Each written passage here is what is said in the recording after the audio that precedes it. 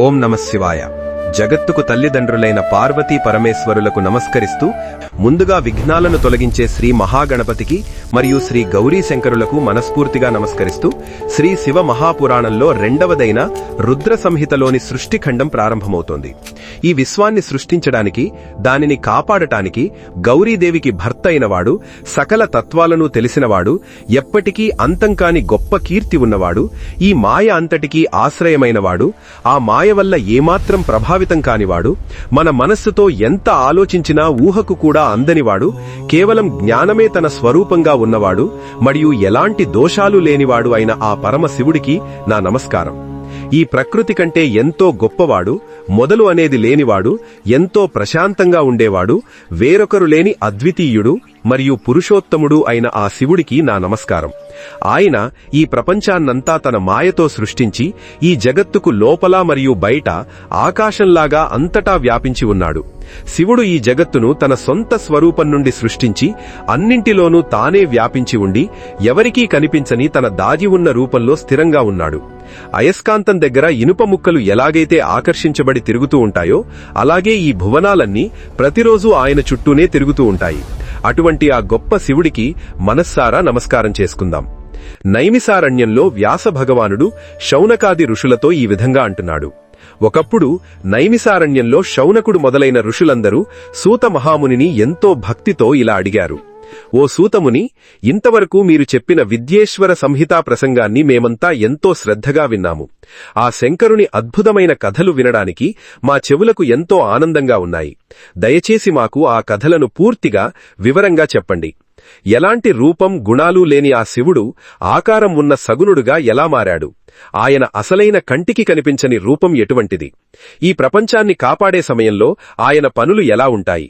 ప్రపంచాన్ని నాశనం చేసే లయకాలంలో ఆయన ఆడే విలాసాలు ఎటువంటివి?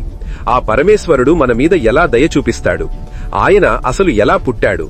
ఉమాదేవి ఎలా పుట్టింది? వాళ్ళిద్దరికీ పెళ్లి ఎలా జరిగింది? వాళ్ళిద్దరూ భార్యాభర్తలుగా ఉన్నప్పటి కథలేమిటి? ఆయన ఆడిన ఎన్నో విలాసాల గురించి, ఇంకా మీకు తెలిసిన గొప్ప విషయాలన్నింటినీ మాకు ఎంతో వివరంగా చెప్పండి అని ఆ ఋషులడిగారు. ఆ మునులడిగిన తీరుకు ఎంతో సంతోషించిన సూతుడు వాళ్లకు ఇలా చెప్పడం మొదలుపెట్టాడు. మహర్షులారా, పరమశివునికి సంబంధించిన ఈ కళ్యాణ కథలు గంగాజలంలాగా ఎంతో స్వచ్ఛమైనవి. ఒక చిన్న ఇండుప గింజ చూడటానికి ఎంతో చిన్నదిగా ఉన్నా సరే అది నీటిలో ఉన్న బురదనంతా పోగొట్టి ఆ నీటిని ఎలాగైతే శుభ్రం చేస్తుందో అలాగే ఈ శివుని కథలు కూడా మనుషుల మనస్సులో ఉన్న మురికిని, పాపాలను పూర్తిగా తొలగించి మనస్సును ఎంతో పవిత్రంగా మారుస్తాయి. ఒకప్పుడు విష్ణుమూర్తి చేత ప్రేరేపించబడిన నారదుడు తన తండ్రి అయిన బ్రహ్మదేవుణ్ణి ఇలాగే ఎన్నో ప్రశ్నలు అడగగా అప్పుడు ఆ బ్రహ్మదేవుడు నారదుడికి ఇచ్చిన సమాధానాన్ని నేనిప్పుడు మీకు వివరంగా చెబుతాను, శ్రద్ధగా వినండి. ఒకానొకప్పుడు బ్రహ్మదేవుని మానసపుత్రుడు మరియు మునులలో ఎంతో గొప్పవాడు అయిన నారదుడు ఎంతో కఠినమైన తపస్సు చెయ్యాలనే ఉద్దేశంతో ప్రశాంతమైన స్థలం కోసం హిమాలయాలలో వెతకడం మొదలుపెట్టాడు. అలా వెతుకుతుండగా అతనికి ఎంతో అందమైన ఒక గుహ కనిపించింది. ఆ గుహ పక్కనే గంగానది ప్రవహిస్తూ ఉంది. ఆ ప్రదేశం తపస్సు చేసుకోవడానికి ఎంతో అనుకూలంగా ఉంది అనుకుని ఆ ముని పుంగవుడు ఒక గట్టి ఆసనం వేసుకుని ప్రాణాయామం చేసి నోరు తెరిచి మాట్లాడకుండా మౌనంగా ఉండి ఎంతో దీర్ఘకాలం పాటు తన తపస్సును కొనసాగించాడు. అలా కదలకుండా నారదుడు చేస్తున్న ఆ తీవ్రమైన తపస్సుకు స్వర్గానికి రాజైన ఆ ఇంద్రుని మనస్సులో ఎక్కడిలేని భయం మొదలైంది. ఎందుకంటే ఎవరైనా గొప్ప తపస్సు చేస్తే వాళ్లు తన రాజ్యాన్ని లాక్కుంటారేమోనని ఇంద్రుడికి ఎప్పుడూ భయంగానే ఉంటుంది. అలాగే నారదుడు కూడా తన ఇంద్ర పదవిని లాక్కుంటాడేమోననే అనుమానంతో ఆ ముని చేస్తున్న తపస్సును ఎలాగైనా సరే చెడగొట్టాలని ఇంద్రుడు నిర్ణయించుకొని వెంటనే మన్మధుడిని మనస్సులో తలచుకున్నాడు. ఇంద్రుడు పిలవగానే అక్కడికి వచ్చిన ఆ మన్మధుడిని చూసి ఇంద్రుడు ఇలా అన్నాడు. ఓ మిత్రమా, నా రాజ్యం సురక్షితంగా నా చేతుల్లో ఉండటం అనేది ఇప్పుడు నీ చేతుల్లోనే ఉంది. ఆ నారదుడు భరించడానికి వీలుకాని ఎంతో భయంకరమైన తపస్సులో మునిగి ఉన్నాడు. నువ్వు ఎలాగైనా సరే వెళ్లి అతని తపస్సుకు విఘ్నం కలిగించు అని ఇంద్రుడు మన్మధుడిని ఎన్నో రకాలుగా బ్రతిమిలాడాడు. అది విన్న మన్మధుడు, అదెంత పని, నా ప్రతాపం చూపిస్తాను అని ఎంతో గర్వంగా వసంతుడిని, అంటే వసంత ఋతువును తన వెంట తీసుకుని అక్కడి నుండి బయలుదేరాడు. వాళ్ళిద్దరూ కలిసి ఆ నారద ముని తపస్సు చేసుకుంటున్న ఆ పవిత్రమైన హిమాలయ భూమికి చేరుకుని తమకు ఉన్న నేర్పును, తమ కళలను మరియు తమ మాయలను ప్రదర్శించడం మొదలుపెట్టారు. అప్పటి వరకు ప్రశాంతంగా ఉన్న ఆ అడవి వసంత ఋతువు రాకతో ఒక్కసారిగా మారిపోయింది. ఎక్కడ చూసినా పువ్వుల నుండి కారే తేనె కాలువలు, రాలిపడిన పుప్పుడ కుప్పలు, రకరకాల పువ్వుల నుండి వచ్చే సువాసనలు, పూల మీద వాలుతున్న తుమ్మెదల ఝుంకారాలు, రామచిలుకలు మరియు కోయిలల మధురమైన కూతలు, అందమైన ఆడవాళ్ల నవ్వుల కిలకిలలు మరియు కొండలపై నుండి జారే సెలయేర్ల గలగల శబ్దాలతో ఆ అడవి అంతా ఎంతో అద్భుతంగా మారిపోయింది. 4 రకాల వాయిద్యాలతో, నాట్యాలతో ఎంతో కోలాహలంగా సాగిపోతున్న ఒక గొప్ప నృత్య మండపంలాగా ఆ ప్రదేశం తయారైంది. మన్మధుని ప్రతాపం అక్కడ ఉప్పొంగుతోంది. కాని నారదుడి మాత్రం ఎంతో ధైర్యంగా, తన మనస్సులో ఎలాంటి చెడు ఆలోచనలు రానివ్వకుండా, ఏమాత్రం చలించకుండా తన తపస్సును అలా కొనసాగిస్తూనే ఉన్నాడు. అది చూసిన మన్మధుడికి తన గర్వమంతా అణిగిపోయి ఏమి చేయాలో అర్థం కాక తన బాణాలను, విల్లును అక్కడే వదిలేసి తాను ఓడిపోయాను అనే బాధతో తిరిగి ఆ ఇంద్రుని దగ్గరకు వెళ్లిపోయాడు. మునులారా, ఆ హిమాలయ ప్రదేశంలో మన్మధుని ప్రభావం ఏమాత్రం పనిచేయలేదు. దానికొక కారణముంది. ఎందుకంటే అంతకుముందే పరమశివుడు అదే స్థలంలో ఉగ్రమైన తపస్సు చేస్తున్నప్పుడు ఇదే మన్మధుడు వెళ్లి ఆ శివుని తపస్సును చెడగొట్టాలని చూస్తే ఆ శివుడు తన 3వ కన్ను తెరచి ఆ మన్మధుణ్ణి మంటల్లో కాల్చి బూడిద చేసిన స్థలమది. అందుకే అక్కడ మన్మధుని మాయలు ఏమీ పనిచెయ్యవు. ఆ మన్మధుడు అలా ఇంద్రుడి దగ్గరికి వెళ్లి ఆ నారదుని గొప్పతనం గురించి చెప్పి తన సొంత ప్రదేశానికి తాను వెళ్లిపోయాడు. అది విన్న ఆ అమరాధిపతి అయిన ఇంద్రుడు తన మనస్సులో ఆ నారదుణ్ణి ఎంతగానో మెచ్చుకున్నాడు. ఆ తర్వాత పరమశివుని దయ వల్ల నారదుడు మరికొంతకాలం పాటు తన తపస్సును ఎంతో ప్రశాంతంగా కొనసాగించి తన తపస్సుకు పూర్తిస్థాయి ఫలితం లభించింది అనే గట్టి నమ్మకంతో తపస్సును ముగించాడు. కాని ఆ నారదుడు శివుని యొక్క మాయలో పడిపోయి ఆ మన్మధుని మీద సాధించిన విజయం తన సొంత గొప్పతనమే అని అనుకొని ఎంతో భ్రమపడ్డాడు. తన మహిమను పరమశివునికి స్వయంగా చెప్పి ఆయన దగ్గర నుండి ప్రశంసలు పొందాలనే అత్యుత్సాహంతో అక్కడి నుండి వెంటనే కైలాసానికి బయలుదేరాడు.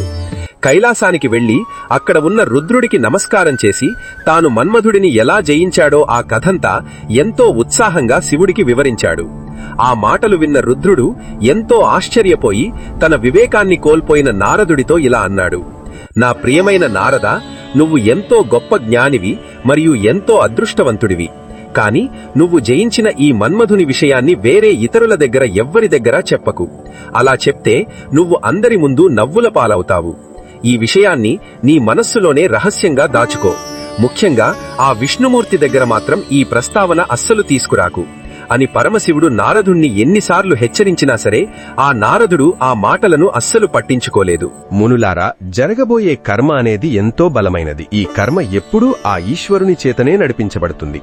ఆ కర్మ వల్లే ఆ ముని కైలాసం నుండి తిన్నగా బ్రహ్మలోకానికి వెళ్లి తన తండ్రి అయిన ఆ బ్రహ్మదేవుడికి నమస్కారం చేసి తన కామ విజయ గాథనంతా పూసగుచ్చినట్లు వివరించాడు. ఆ మాటలు విన్న పద్మజుడైన బ్రహ్మదేవుడు మనసులో ఆ శంకరుణ్ణి తలచుకొని అసలు నిజమేమిటో గ్రహించి ఆ రుద్రుడు చెప్పినట్లుగానే ఆ విషయాన్ని వేరే ఎవరి దగ్గర బయట పెట్టవద్దు అని తన కుమారుడైన నారదుడికి ఎంతో ప్రేమగా చెప్పాడు. కాని ఆ శివుని మాయలో పూర్తిగా కూరుకుపోయిన నారదుడు తన కన్న తండ్రి చెప్పిన మాటలను కూడా పెడచెవిన పెట్టి అక్కడి నుండి తిన్నగా వైకుంఠంలో ఉన్న ఆ విష్ణుమూర్తిని దర్శించుకోవడానికి వెళ్లాడు. నారాయణుడు సమస్తం తెలిసినవాడే అయినా సరే నారదుడికి స్వాగతం పలికి ఎన్నో సత్కారాలు చేసి, ఓ నారదా, ఇలా అకస్మాత్తుగా నువ్వు నా దగ్గరకు రావడానికి గల అసలు కారణమేమిటి అని అడిగాడు. అప్పటికే తాను మన్మధుణ్ణి గెలిచాను అనే అహంకారంతో విర్రవీగుతున్న నారదుడు తాను తపస్సు చేయడం, ఆ మన్మధుడు వచ్చి ఓడిపోవడం లాంటి విషయాలన్నీ ఉన్నవి ఉన్నట్లుగా ఆ విష్ణువు ముందు వర్ణించి చెప్పాడు. అప్పుడు అసలు నిజం తెలిసిన ఆ పద్మనాభుడు ఎంతో చమత్కారంగా నారదుడితో ఇలా అన్నాడు: ఓ మునిశ్రేష్ఠుడా,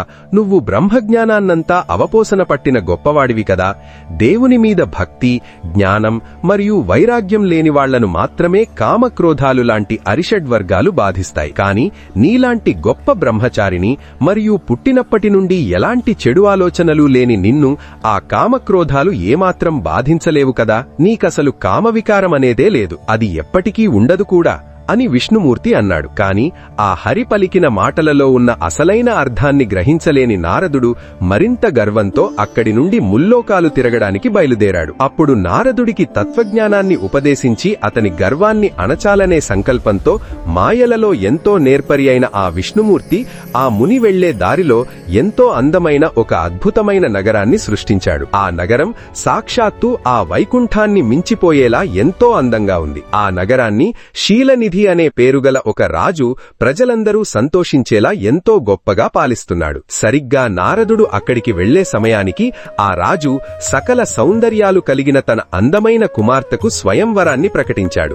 ఆ స్వయంవరం వార్త విని ఎంతో ఉత్సాహంతో అక్కడికి వచ్చిన ఎన్నో దేశాల రాజులతో ఆ నగరమంతా కిక్కిరిసిపోయి ఆకాశంలో నక్షత్రాల గుంపుతో ప్రకాశిస్తున్నట్లుగా కనుల పండుగగా ఉంది. ఆ వార్త విన్న నారదుడు ఎంతో ఆశ్చర్యంతో ఆ రాజభవనం ద్వారం దగ్గరకు వెళ్లాడు. ఆ మహర్షి రాకను తన సైనికుల ద్వారా తెలుసుకున్న ఆ మహారాజు స్వయంగా నారదుడికి ఎదురు వెళ్లి ఆయనకు ఎంతో మర్యాదగా పూజలు చేసి ఆయనను రత్నాలు పొదిగిన ఒక గొప్ప సింహాసనం మీద కూర్చోబెట్టి తన కుమార్తె అయిన శ్రీమతిని అక్కడికి పిలిపించి ఆమె చేత ఆ మునికి నమస్కారం చేయించాడు. అలా చేయించి, మునీంద్ర, సకల శుభలక్షణాలు ఉన్న నా ఈ కుమార్తెకు రేపే స్వయంవరం ప్రకటించాను.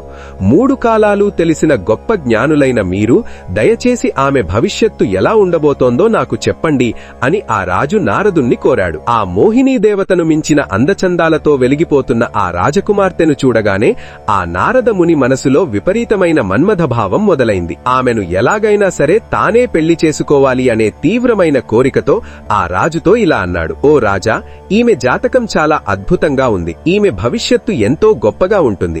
ఈమె కాలు పెట్టిన చోటల్లా సిరి సంపదలు పుడతాయి. అన్ని పనులు చేయగల సమర్థుడు, దేవుని మీద భక్తి, జ్ఞానం మరియు వైరాగ్యం మెండుగా ఉన్నవాడు, లోకాలన్నింటినీ జయించిన వీరునందరినీ జయించిన ఎంతో గొప్ప వీరుడు మాత్రమే ఈమెకు భర్త కాగలడు అని ఆ నారదుడు చెప్పాడు. అలా చెప్పి అక్కడి నుండి తన దారిన తాను వెళ్లిపోయి ఆమెను ఎలాగైనా సరే తాను పొందాలి అని తీవ్రమైన ఆలోచనలో పడిపోయాడు. అలా ఆలోచించగా ఆ మునికి ఒక ఉపాయం తట్టింది. ఆడవాళ్లకు అందమంటే ఇష్టం కాబట్టి ఎంతో అందమైన పురుషుణ్ణి మాత్రమే ఆడవాళ్లు పెళ్లి చేసుకుంటారు అనేది ఈ లోకంలో అందరికీ తెలిసిన నిజమే కదా. ఈ ముల్లోకాలలో అందరినీ మోహింపచేసే అత్యంత అందగాడు ఆ విష్ణుమూర్తి మాత్రమే. కాబట్టి ఆ విష్ణువు రూపాన్ని గనక నేను పొందితే ఆ స్వయంవరంలో ఆ రాజకుమార్తె ఖచ్చితంగా నన్నే వరిస్తుంది అని నిర్ణయించుకొని ఆ నారదుడు వెంటనే విష్ణులోకానికి వెళ్లాడు. అక్కడికి వెళ్లి ఎవరూ లేని ఏకాంత సమయంలో విష్ణుమూర్తితో తన మనసులో ఉన్న కోరికనంతా దాచకుండా తనకు ఆ విష్ణువు యొక్క అందమైన రూపాన్ని ఇవ్వమని ఎంతో బ్రతిమిలాడాడు. అప్పటికే శంకరుని మాయను గ్రహించిన ఆ విష్ణుమూర్తి నారదుడితో ఇలా అన్నాడు: ఒక గొప్ప వైద్యుడు తన రోగికి చేదుమందు ఇచ్చి అయినా సరే వాడికి ఎలాగైతే మేలు చేస్తాడో అలాగే నేను కూడా నీకు ఏది మంచిదో అదే ఖచ్చితంగా చేస్తాను అని చెప్పి ఆ నారద ముఖాన్ని ఒక కోతి ముఖంలాగా మార్చేసి మిగిలిన శరీరాన్నంతా తన రూపంలాగే మార్చేసి విష్ణువు అక్కడి నుండి మాయమైపోయాడు. ఆ విష్ణుమూర్తి వేసిన ఈ మాయను గ్రహించలేని ఆ ముని నిజంగానే విష్ణువులాగా అందంగా మారిపోయానని భావించి తన పని పూర్తయిందని సంతోషంగా ఎంతో కోలాహలంగా రాజులతో నిండి ఉన్న ఆ స్వయంవర సభకు చేరుకున్నాడు. సాక్షాత్తు దేవేంద్రుని సభలాగా ఉన్న ఆ సభలో మిగతా రాజులందరి మధ్య ఎంతో దర్జాగా వెళ్లి కూర్చున్నాడు. బయట వాళ్ల కళ్లకు తాను ఒక కోతి ముఖంతో ఎలా కనిపిస్తున్నానో ఆ నారదుడికి ఏమాత్రం తెలియదు. శివుని మాయచేత 2 శివగణాలు బ్రాహ్మణుల వేషంలో అక్కడికి వచ్చి ఆ ముని పక్కన కూర్చుని ఆయనను ఎగతాళి చేస్తూ మాట్లాడడం మొదలుపెట్టారు. కాని తన మనసంతా ఆ రాజకుమార్తె మీదనే ఉన్న ఆ ముని, ఓహో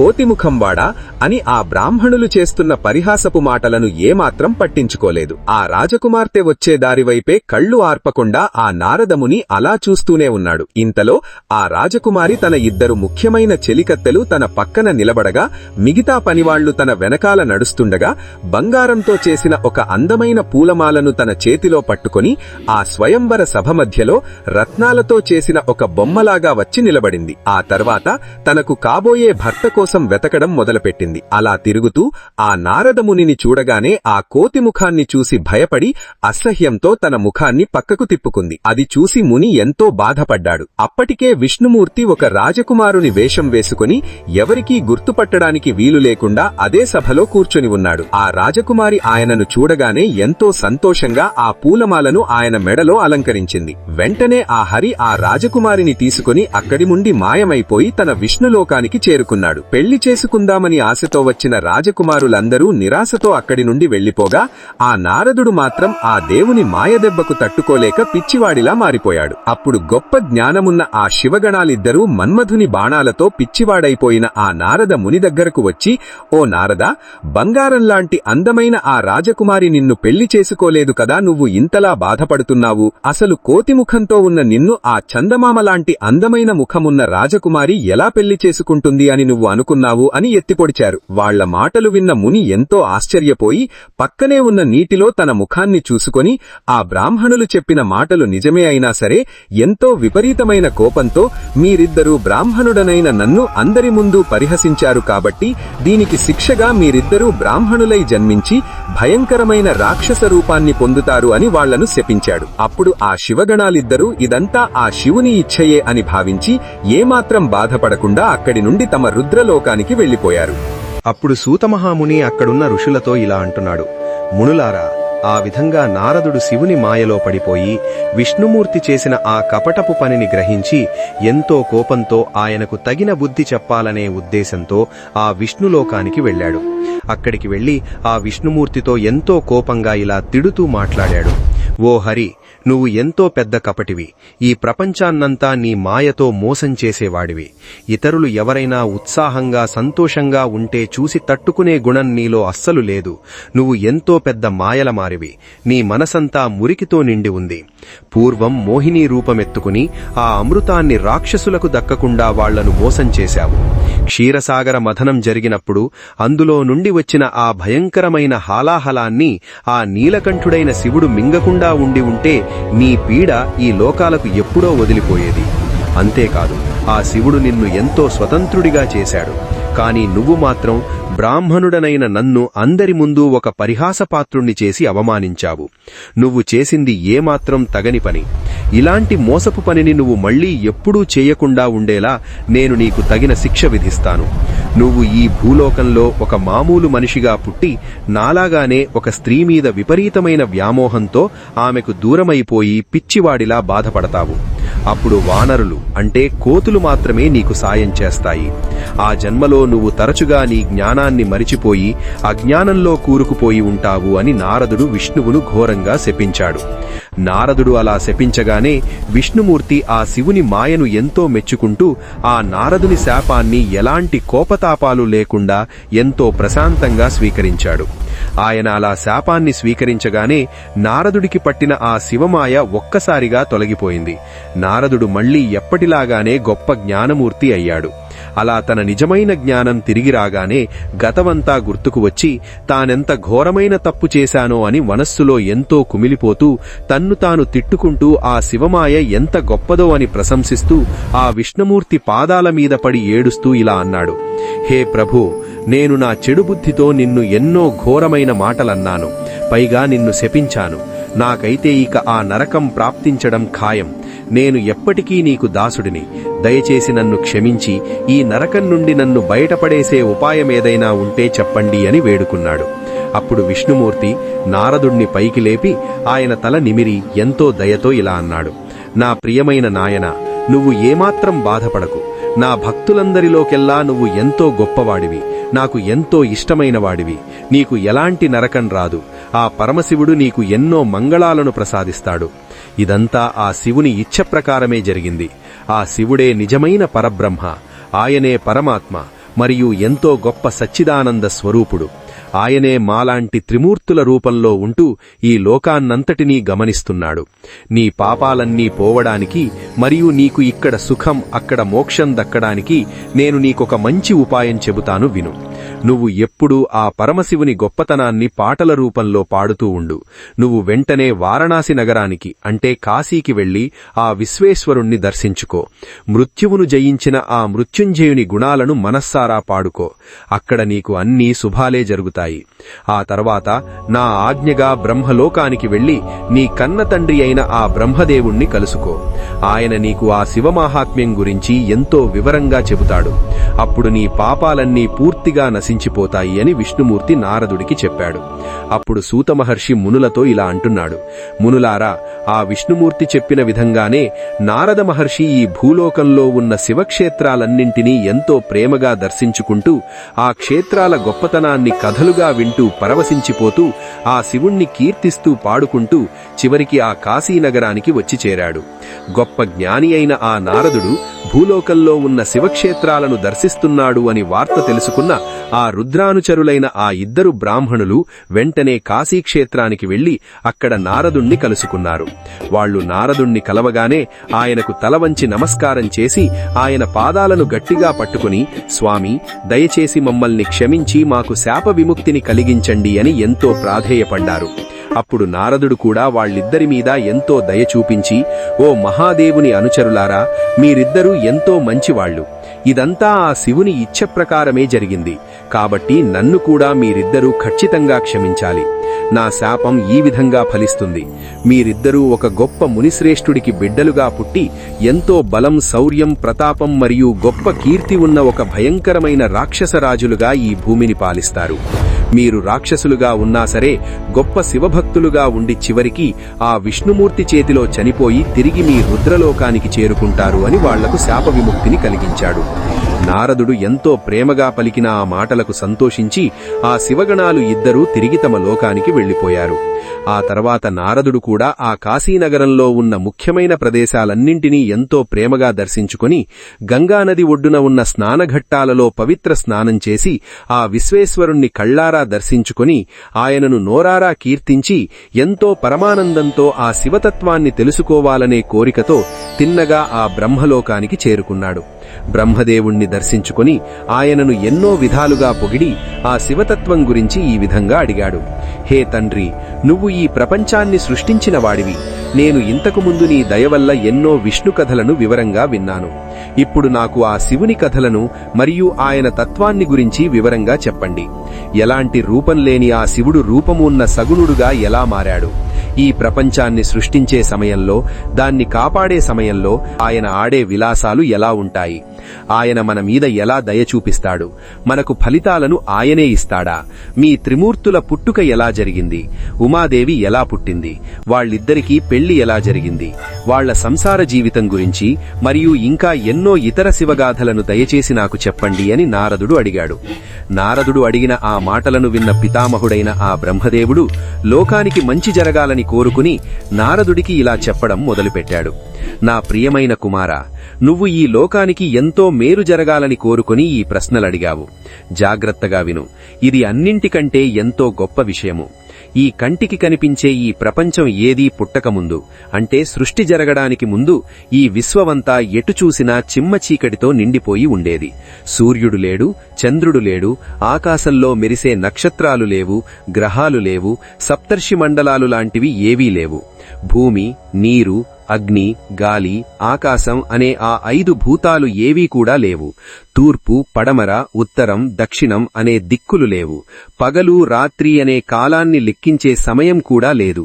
వేదాలలో తత్సత్ బ్రహ్మ అని చెప్పబడిన సత్ అనబడే ఒక గొప్ప శక్తి మాత్రమే అప్పుడుండేది. ఆ పరబ్రహ్మ స్వరూపాన్ని గొప్ప యోగులు ఎప్పుడూ తమ గుండెల్లోనే ఒక గొప్ప వెలుగులాగా చూస్తూ ఉంటారు. అది కంటికి కనిపించే ఆకారం కాదు, అలాగని కంటికి కనిపించని గాలి లాంటిది కూడా కాదు. దాన్ని మాటలలో వర్ణించి చెప్పడం ఎవరితరం కాదు. అది మన మనస్సుతో ఎంత ఆలోచించినా ఊహకు కూడా అందని ఒక గొప్ప అద్భుతం. దానికి ఒక పేరుగాని, ఒక రూపంగాని ఏమీ లేవు. దానికి ఒక రంగుగాని లేదా ఫలానా కులం అనే భేదాలుగాని ఏమీ లేవు. ఇది పెద్దది, ఇది చిన్నది అనే భేదాలు దానికి అస్సలు లేవు. అది కంటికి కనిపించేది కాదు, అలాగని అస్సలు లేనిది కూడా కాదు.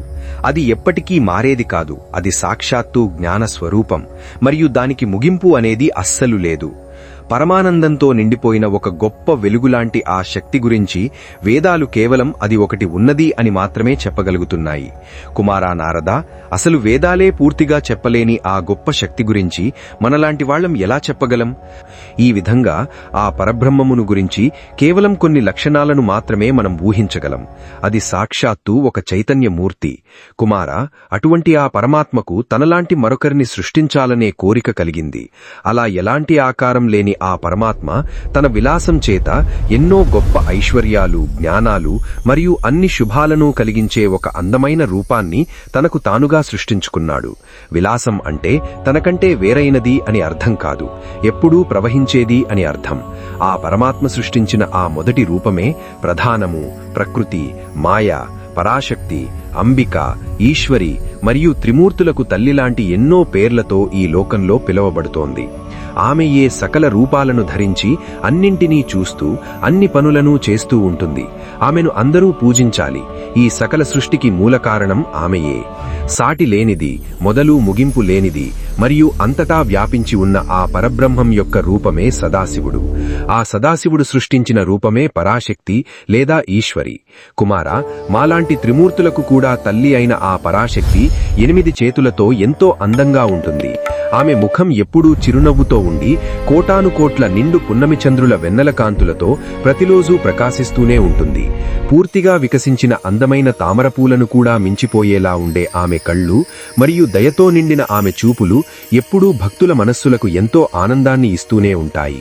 ఇక సదాశివుని తలమీద గంగానది ఉండి ఆయన ఒక చిన్న చందమామను తలపై ధరించి 3 కళ్లతో, 5 ముఖాలతో, 10 చేతులతో, చేతిలో త్రిశూలాన్ని పట్టుకుని ఒంటి నిండా బూడిదను పూసుకుని ఎంతో అద్భుతంగా ఉంటాడు. ఆ సదాశివుడు తన శక్తి అయిన పార్వతీదేవితో కలిసి శివలోకం అనే ఒక గొప్ప క్షేత్రాన్ని నిర్మించాడు. ఆ అత్యుత్తమమైన క్షేత్రానికే కాశీ అని పేరు. ఆ కాశీ అనేది అన్నింటికంటే ఎంతో గొప్పదైన మరియు మోక్షాన్ని ఇచ్చే పుణ్యక్షేత్రం. పార్వతీ పరమేశ్వరులు ఈ ప్రపంచమంతా నాశనమైపోయే ప్రళయకాలంలో కూడా ఆ క్షేత్రాన్ని ఎప్పటికీ విడిచిపెట్టరు. అందువల్లనే దానికి అవిముక్తము అని మరొక పేరు కూడా ఉంది. అది భక్తులందరికీ ఎంతో ఆనందాన్ని ఇస్తుంది కాబట్టి దానిని ఆనందవనం అని కూడా అంటారు. ఆ విధంగా పార్వతీ పరమేశ్వరులు ఆ ఆనందవనంలో ఎంతో ఆనందంగా విహరిస్తూ ఉండగా వేరొక పురుషుణ్ణి సృష్టించి వాడి భుజాల మీద ఈ సృష్టి భారాన్నంతా పెట్టి మనమిద్దరం ప్రశాంతంగా సుఖంగా ఉందాము అనే కోరిక వాళ్ళిద్దరికీ కలిగింది.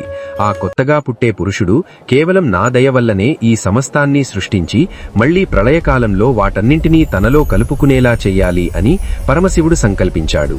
తన ఎడమ భాగం మీద అమృతాన్ని చిలకరించగా అప్పుడు ముల్లోకాలలోకెల్లా అత్యంత అందగాడైన ఒక పురుషుడు అక్కడి నుండి ఆవిర్భవించాడు.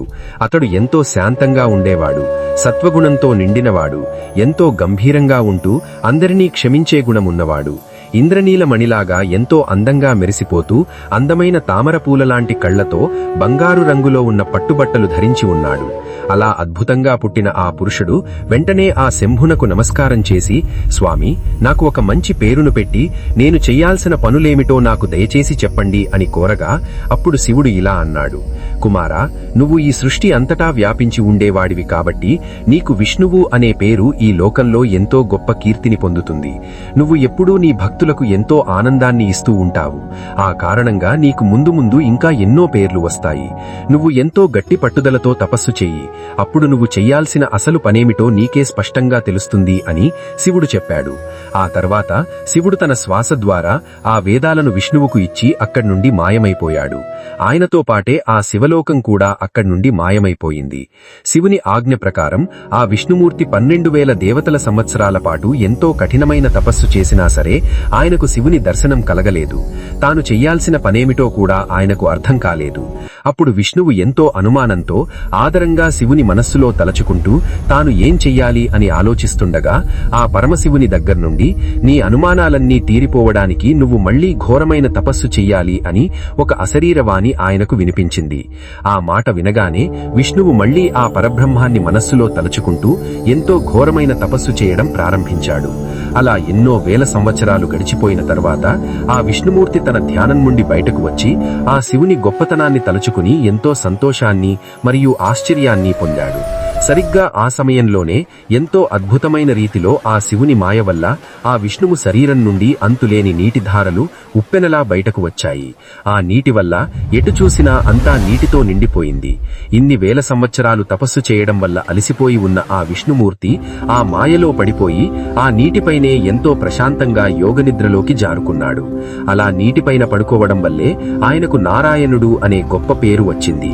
ఆ సమయంలో ఆ పురుషుడు తప్ప మిగతా ప్రకృతికి సంబంధించిన ఏ వస్తువులు అక్కడ లేవు.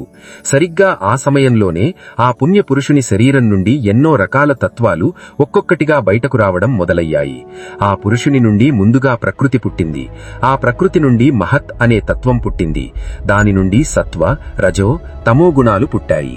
ఆ 3 గుణాల వల్ల 3 రకాల అహంకారాలు పుట్టాయి. దాని నుండి శబ్దం, స్పర్శ, రూపం, రసం, గంధం అనే 5 తన్మాత్రలు పుట్టాయి. దాని నుండి భూమి, నీరు, అగ్ని, గాలి, ఆకాశం అనే 5 భూతాలు పుట్టాయి. దాని నుండి 5 జ్ఞానేంద్రియాలు మరియు 5 కర్మేంద్రియాలు పుట్టాయి. నారద, శ్రద్ధగా విను. ఆ పుణ్యపురుషుడు తప్ప ఈ ప్రకృతి నుండి పుట్టిన ఆ 24 తత్వాలు అన్నీ ప్రాణం లేని జడ పదార్థాలే.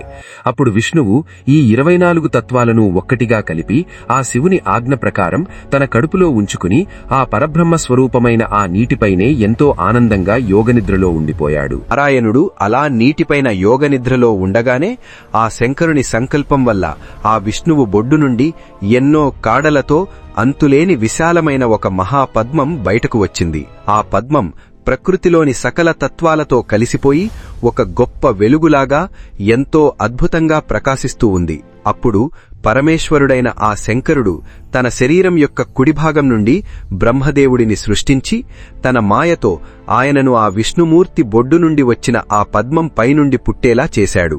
4 ముఖాలతో, ఎర్రటి శరీరంతో, నుదుటిమీద 3 అడ్డగీతల విభూతితో పుట్టిన ఆ బ్రహ్మదేవుడు శివుని మాయలో పడిపోయి తాను ఎలా పుట్టానో, ఎక్కడి నుండి వచ్చానో తెలియక ఎంతో గందరగోళంలో పడిపోయి ఇలా ఆలోచించడం మొదలుపెట్టాడు. అసలు నేనెవరు? నేనెక్కడి నుండి వచ్చాను? నేను ఎవరి కుమారుడిని? ఇక్కడ నేను చెయ్యాల్సిన పనేమిటి? ఈ పద్మం అసలు ఎక్కడి నుండి వచ్చింది? ఈ పద్మం కాడలు ఉన్న చోట నన్ను పుట్టించినవాడు ఖచ్చితంగా ఉండి తీరుతాడు అని ఆ పితామహుడు అనుకొని ఆ పద్మం ఆకుల మధ్య 100 సంవత్సరాల పాటు వెతికాడు. ఆ పద్మం ఎక్కడి నుండి మొదలైందో తెలుసుకోలేక ఆ కాడల మధ్య ఇంకో 100 సంవత్సరాల పాటు వెతికాడు. ఇంతలో తపస్సు చెయ్యి అని ఆకాశం నుండి ఒక అశరీరవాణి వినిపించగానే బ్రహ్మ వెంటనే తపస్సు చేయడం మొదలుపెట్టాడు. అలా తపస్సు చేయగానే ఆయనకు యోగనిద్రలో ఉన్న నారాయణుడు కనిపించాడు. ఆ నారాయణుడు తన చేతితో బ్రహ్మదేవుడిని తట్టిలేపి నీవెవరు అని అడిగి ఆయనే ఇలా చెప్పాడు. ఓ వత్స, ఓ పితామహ, నీకు స్వాగతం. నువ్వు ఎంతో గొప్ప వెలుగుతో వెలిగిపోతున్నావు. నువ్వు ఏమాత్రం భయపడకు. నీ కోరికలన్నింటినీ నేను తీరుస్తాను. ఈ సృష్టికి మొదటివాడిని నేనే. నా బొడ్డు నుండి ఈ పద్మం పుట్టింది. ఆ కారణంగానే నాకు కమలనాభుడు అని పేరు వచ్చింది. ఆ కమలం నుండి నువ్వు పుట్టావు కాబట్టే నీకు కమలోద్భవుడు అని పేరు. గొప్ప వెలుగు స్వరూపమైన ఆ పరమాత్మను నేనే పరబ్రహ్మను. ఆ అచ్యుతుడిని నేనే. ఒక్క మాటలో చెప్పాలంటే ఈ సృష్టిని సృష్టించింది నేనే అని విష్ణువు బ్రహ్మతో అన్నాడు. ఆ విధంగా స్వాగతం పలికిన నారాయణుని మాటలు విన్న బ్రహ్మదేవుడికి విపరీతమైన కోపం వచ్చి అహంకారంతో ఇలా అన్నాడు. నేనే స్వయంభువును. ఈ సృష్టిలో నేనే మొదటివాడిని మరియు పుట్టుక లేనివాడిని. నేనే స్వరాడ్ని. నేనే పరమేష్ఠిని అని వేదాలు నన్ను ఎన్నో పేర్లతో పిలుస్తున్నాయి అంటూ విష్ణువుతో గొడవకు దిగాడు. ఆ మాటల గొడవ కాస్తా ముదిరిపోయి చివరికి ఇద్దరూ ఆయుధాలు తీసుకుని భయంకరమైన యుద్ధం చేయడం మొదలుపెట్టారు. వాళ్ళిద్దరి యుద్ధం వల్ల సృష్టి అంతా అల్లకల్లోలంగా మారిపోయింది.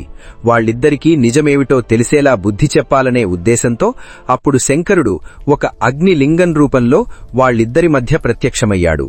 ఆ లింగం ఎలా పుట్టింది, బ్రహ్మ విష్ణువులు దాని మొదలు ముగింపు కోసం ఎలా వెతికారు అనే ఆ లింగోద్భవ కథను మీకు నేను పాత ఎపిసోడ్లోనే వివరంగా చెప్పాను.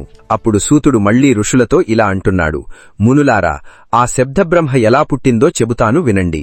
అలా అగ్నిలింగంగా పుట్టిన ఆ శివలింగం యొక్క మొదలు మరియు ముగింపు తెలుసుకోవాలని విష్ణుమూర్తి పంది రూపంలో, బ్రహ్మదేవుడు హంసరూపంలో వెళ్లారు కదా. ఆ తర్వాత వాళ్లు విఫలమై ఆ లింగాన్ని ప్రార్థించారు. వాళ్లు చేసిన ప్రార్థనకు శివుడు కరుణించి ఓం అనే స్పష్టమైన మరియు దీర్ఘమైన నాదం వాళ్లకు వినిపించేలా చేశాడు. ఆ ఓంకారంలో కుడివైపున మొదటి అక్షరమైన అకారం, ఎడమవైపున ఉకారం, మధ్యలో మకారం, చివరలో ఓంకారం వినిపించాయి. ఆ అకారం అంటే సూర్యుడు, ఉకారం అంటే అగ్ని, మకారం అంటే చంద్రుడు. ఆ ఓంకారానికి పైన ఎంతో పవిత్రమైన పరబ్రహ్మతత్వం ఒక గొప్ప వెలుగులాగా వాళ్లకు కనిపించింది. ఆ అకారం అంటే బ్రహ్మదేవుడు, ఉకారం అంటే విష్ణుమూర్తి, మకారం అంటే మెడ దగ్గర నలుపు రంగులో ఉండి మిగతా శరీరమంతా ఎర్రటి రంగులో ఉండే రుద్రుడు. అకారం సృష్టి చేస్తుంది, ఉకారం మనల్ని మాయలో పడేస్తుంది, మకారం దేవుని అనుగ్రహాన్ని ఇస్తుంది. మకారం అంటే సృష్టికి విత్తనంలాంటి శివుడు, అకారం ఆ విత్తనంలో ఉండే బ్రహ్మదేవుడు, ఉకారం ఆ విత్తనం మొలకెత్తడానికి కారణమైన విష్ణుమూర్తి. ఆ మహేశ్వరునిలోనే ఈ ముగ్గురూ కలిసిపోతారు. సృష్టి మొదట్లో ఆ పరమేశ్వరుడు తన ఇచ్ఛతో తనను తాను విభజించుకుని అకారం మరియు ఉకారాలతో కలిసి ఒక గొప్ప బంగారు అండంలాగా మారిపోయాడు. ఆ అండం యొక్క లక్షణాలు ఎవరికీ అర్థం కానివి. ఆ అద్భుతమైన అండం నీటిలోనే ఎన్నో వేల సంవత్సరాలు ఉండి శివుని సంకల్పం వల్ల 2 ముక్కలుగా విడిపోయింది. దాని పైభాగం దేవళ్ల లోకమైంది, కింద ఉన్న సగం భాగం భూమి అయింది. ఆ అండం నుండే 4 ముఖాలున్న బ్రహ్మదేవుడు పుట్టాడు. ఆయనే సమస్త లోకాలను సృష్టించాడు. ఈ విధంగా సృష్టికి ప్రభువు అయిన ఆ మహేశ్వరుడు 3 రూపాలను ధరించాడు. ఆ ఓంకారం పరమేశ్వరుని గురించే చెబుతోందని యజుర్వేదం చెబుతోంది. అలాగే ఋగ్వేద మరియు సామవేద మంత్రాలు కూడా ఇదే నిజాన్ని ఒప్పుకున్నాయి. ఇంతలో బ్రహ్మవిష్ణువుడిద్దరూ 5 ముఖాలతో 10 చేతులతో ఉన్న ఆ పరమేశ్వరుని అసలైన స్వరూపాన్ని చూశారు. నాదరూపుడైన ఆ ఈశ్వరుడు తన తత్వాన్ని తానే వాళ్లకు చూపించారు. మునులారా, ఆ స్వరూపాన్ని మీకు వివరిస్తాను, శ్రద్ధగా వినండి. ఆ అకారం అనేది ఆయన తల, ఆకారం ఆయన నుదురు, ఇకారం కుడి కన్ను, ఈకారం ఎడమ కన్ను, ఉకారం కుడి చెవి, ఊకారం ఎడమ చెవి, రుకారం కుడి చెంప, రూకారం ఎడమ చెంప, లు మరియు లు అనే అక్షరాలు ముక్కు రంధ్రాలు, ఏకారం పై పెదవి, ఐకారం కింది పెదవి, ఊకారం మరియు ఔకారం ఆయన 2 వరుసల దంతాలు, అం మరియు అహ అనే అక్షరాలు ఆయన నోటి పైభాగం, క ఖ గ ఘ ఞ అనే 5 అక్షరాలు ఆయన 5 కుడి చేతులు, చ ఛ జ ఝ ఞ అనే 5 అక్షరాలు 5 ఎడమ చేతులు, టకారం మరియు తకారం మొదలైన అక్షరాలు 10 కాళ్లివేళ్లు, పకారం ఆయన కడుపు, ఫకారం కుడిపక్క భాగం, బకారం ఎడమ పక్క భాగం, భకారం ఆయన భుజాలు, మకారం ఆయన గుండె, యకారం నుండి సకారం వరకు ఉన్న 7 అక్షరాలు ఆయన రక్తము మరియు మాంసము లాంటి సప్తధాతువులు, హకారం ఆయన బొడ్డు, క్షకారం ఆయన వాసన చూసే ముక్కు. నాదమే శరీరమైన ఆ శివుని నుండి బ్రహ్మవిష్ణువులిద్దరూ 38 అక్షరాలు గల ఒక గొప్ప మంత్రాన్ని ఉపదేశంగా పొందారు. ఆ తర్వాత ఎంతో జ్ఞానాన్నిచ్చే 24 అక్షరాలు గల గొప్ప గాయత్రీ మంత్రాన్ని ఉపదేశంగా పొందారు. ఆ తర్వాత శత్రువులను నాశనం చేసే 30 అక్షరాల మంత్రాన్ని ఉపదేశంగా పొందారు. ఆ తర్వాత మృత్యుంజయ మంత్రం, పంచాక్షరీ మంత్రం, చింతామణి మంత్రం, దక్షిణామూర్తి మంత్రాలను పొంది బ్రహ్మవిష్ణువులిద్దరూ ఎంతో ధన్యులయ్యారు. అలా పొందిన తర్వాత వాళ్లు ఆ శివుణ్ణి ఎన్నో విధాలుగా స్తుతించారు. వాళ్లు చేసిన స్తోత్రానికి సంతోషించిన శివుడు విష్ణువుకు తన శ్వాస ద్వారా వేదాలను ఉపదేశించాడు. అప్పుడు వాళ్ళిద్దరూ శివపూజా విధానం, ధ్యాన పద్ధతి మరియు తాము చెయ్యాల్సిన పనులను గురించి చెప్పమని కోరగా శివుడు వాళ్లకు ఇలా ఉపదేశించాడు. కుమారులారా, ఇక్కడ పుట్టిన ఈ అగ్నిలింగానికి గుర్తుగా మీరు ఒక లింగం చేసి ఆ లింగ పూజ చెయ్యండి. నిరూపం లేని ఆ పరబ్రహ్మను నేనే. అయినా సరే ఈ ప్రపంచాన్ని సృష్టించి కాపాడి నాశనం చేయడానికి నేను బ్రహ్మ, విష్ణు, రుద్ర రూపాలలో పుట్టాను. ఓ బ్రహ్మదేవుడా, నీ నుదుటి నుండి నేను రుద్రుని రూపంలో పుడతాను. ఆ రుద్రుడికి నాకు ఎలాంటి తేడా లేదు. మీరిద్దరూ ప్రకృతి నుండి పుట్టారు, కాని రుద్రుడు ప్రకృతి నుండి పుట్టడు. రుద్రుడు తామసగుణం ఉన్నవాడు అని అందరూ అంటారు.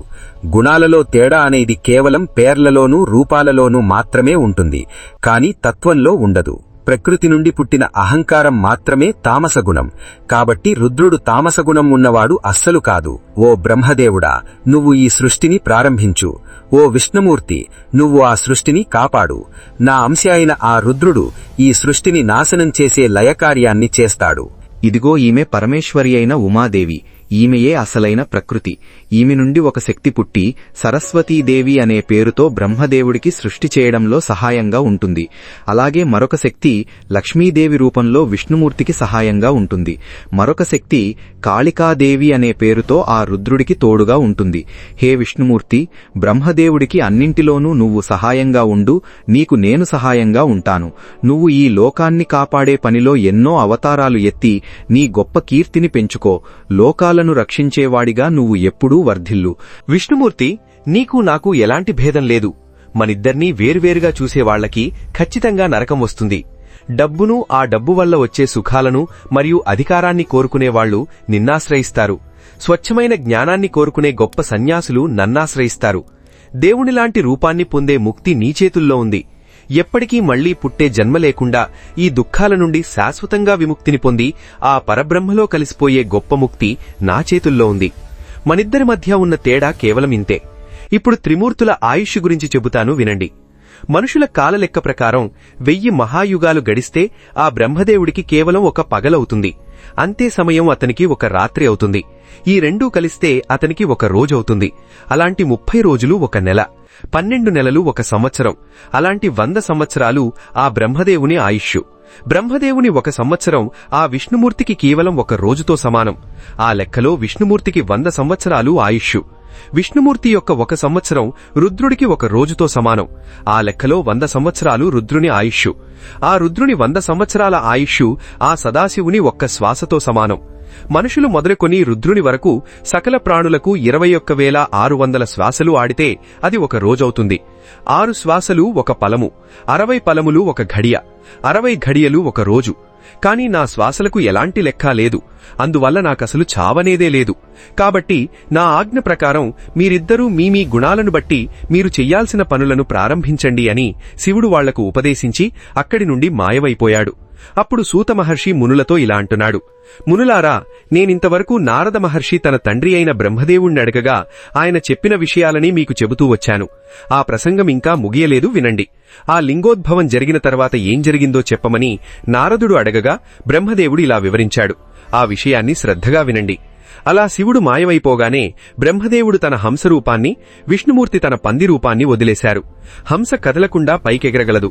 అది నీళ్లను పాలను వేరు చేయగలదు. అలాగే ఏది నిజమో ఏది అబద్ధమో తెలుసుకోగల గొప్ప సామర్థ్యం కోసం ఆ బ్రహ్మదేవుడు హంసరూపాన్ని ఎట్టుకున్నాడు. పంది ఎంత లోపలికైనా వేగంగా వెళ్లగలదు. ఆ కారణంగానూ మరియు తన పేరుతో కాల వ్యవస్థను స్థాపించాలనే ఉద్దేశంతో ఆ విష్ణుమూర్తి పంది రూపాన్ని ఎత్తుకున్నాడు. శివుని ఆజ్ఞ ప్రకారం బ్రహ్మదేవుడు సృష్టి చేయడానికి సిద్ధపడ్డాడు. ఇంతకు ముందే సృష్టించబడిన ఆ పవిత్రమైన నీటిని తన దోసిట్లోకి తీసుకున్నాడు. ఆ నీటిలో 24 తత్వాలతో కూడిన ఒక అండంలాంటి ఆకారం ఆయనకు కనిపించింది. ఆ అండంలో ఎలాంటి ప్రాణం లేకుండా కేవలం జడత్వం మాత్రమే ఉంది. అది చూసి బ్రహ్మ ఎంతో భయపడి బాధతో విష్ణుమూర్తి కోసం తపస్సు చేయగా ఆయన బ్రహ్మ ముందు ప్రత్యక్షమయ్యాడు. అప్పుడు బ్రహ్మగారు ఆ అండానికి ప్రాణం పోయమని ఆ విష్ణుమూర్తిని కోరగా శివుని దయవల్ల ఆ విష్ణుమూర్తి ఎంతో అంతులేని రూపంతో ఆ అండంలోకి ప్రవేశించాడు. విష్ణు అలా ప్రవేశించగానే ఆ అండం ప్రాణం పోసుకొని చైతన్యంతో నిండిపోయింది. మహర్షులారా, ఆ బ్రహ్మదేవుడు సృష్టిని ఎలా చేశాడో వివరిస్తాను, వినండి. ముందుగా తమోగుణంతో మరియు అవిద్యతో కూడిన చెట్లు, తీగలు లాంటి వాటన్నింటినీ సృష్టించాడు. ఆ తర్వాత మళ్లీ శివుణ్ణి తలుచుకొని తాను చేసిన ఈ సృష్టి వల్ల మనుషులకు ఎలాంటి ఉపయోగం లేదని తెలుసుకొని పశువులు మరియు పక్షులతో కూడిన దుఃఖంతో నిండిన సృష్టిని చేశాడు. అది కూడా సరైన సృష్టి కాదని తెలుసుకొని సత్వగుణంతో కూడిన ఎంతో సుఖాన్నిచ్చే దేవతలను సృష్టించాడు. అది కూడా సరైన సృష్టి కాదని తెలుసుకొని అంతా తెలిసిన ఆ శివుణ్ణి మనసులో తలుచుకొని ఆయన ఆజ్ఞతో రజోగుణంతో నిండిన మనుషులను సృష్టించాడు. ఆ తర్వాత శివుని ఆజ్ఞతో భూతగణాలను సృష్టించాడు. ఈ విధంగా బ్రహ్మదేవుడు చేసిన సృష్టి 5 రకాలుగా ఉంది. అంతేకాదు, ఈ ప్రకృతి నుండి 3 రకాల సృష్టులు బయటకు వచ్చాయి. అందులో మొదటిది బుద్ధితో కూడిన సృష్టి, రెండవది పంచభూతాల యొక్క సూక్ష్మ సృష్టి, మూడవది 5 భూతాలతో కూడిన సృష్టి. ఇలా మొత్తం 8 రకాల సృష్టులు జరిగాయి. 9వది కౌమార సృష్టి. ఇందులో ఎన్నో గొప్ప వైరాగ్యాలున్నవాళ్లు, గట్టి పట్టుదల ఉన్నవాళ్లు, పుట్టుకతోనే జ్ఞానం ఉన్నవాళ్లు, ఎప్పుడూ శివుని ధ్యానంలోనే ఉండేవాళ్లు మరియు సంసారం మీద ఏమాత్రం ఇష్టం లేనివాళ్లు అయిన సనక సనందనాది మహర్షుల సృష్టి ఈ కౌమార సృష్టి కిందకే వస్తుంది. సంసారం మీద ఎలాంటి ఆశ లేనివాళ్లు కావడంతో వాళ్లు ఆ బ్రహ్మదేవుడు చెప్పిన మాటను కూడా ఏమాత్రం లెక్క చేయలేదు. ఆ మహర్షులు అలా ఎదురు చెప్పగానే ఆ బ్రహ్మదేవుడికి అహంకారంతో పాటు ఎక్కడిలేని కోపం కూడా వచ్చింది. ఆ సమయంలో ఆయన కళ్ల నుండి జలజల కన్నీళ్లు రాలాయి. వెంటనే ఆయన విష్ణుమూర్తిని తలుచుకోగా ఆయన ప్రత్యక్షమై బ్రహ్మదేవుడితో శివుని గురించి తపస్సు చేయమని చెప్పాడు. ఆ బ్రహ్మదేవుడు అలా తపస్సు చేస్తుండగా ఆయన కనుబొమ్మల మధ్య నుండి పరమేశ్వరుడు పూర్తి అంశతో సగం శివుడిగా సగం పార్వతిగా అర్ధనారీశ్వర రూపంలో బ్రహ్మ ముందు ప్రత్యక్షమయ్యాడు. అప్పుడు బ్రహ్మదేవుడు ఎంతో భక్తితో ఆ శివుణ్ణి నమస్కారం చేసి, ఓ తండ్రి, ఈ లోకంలో జనులను సృష్టించమని కోరగా ఆ రుద్రుడు రుద్రగణాలను సృష్టించాడు.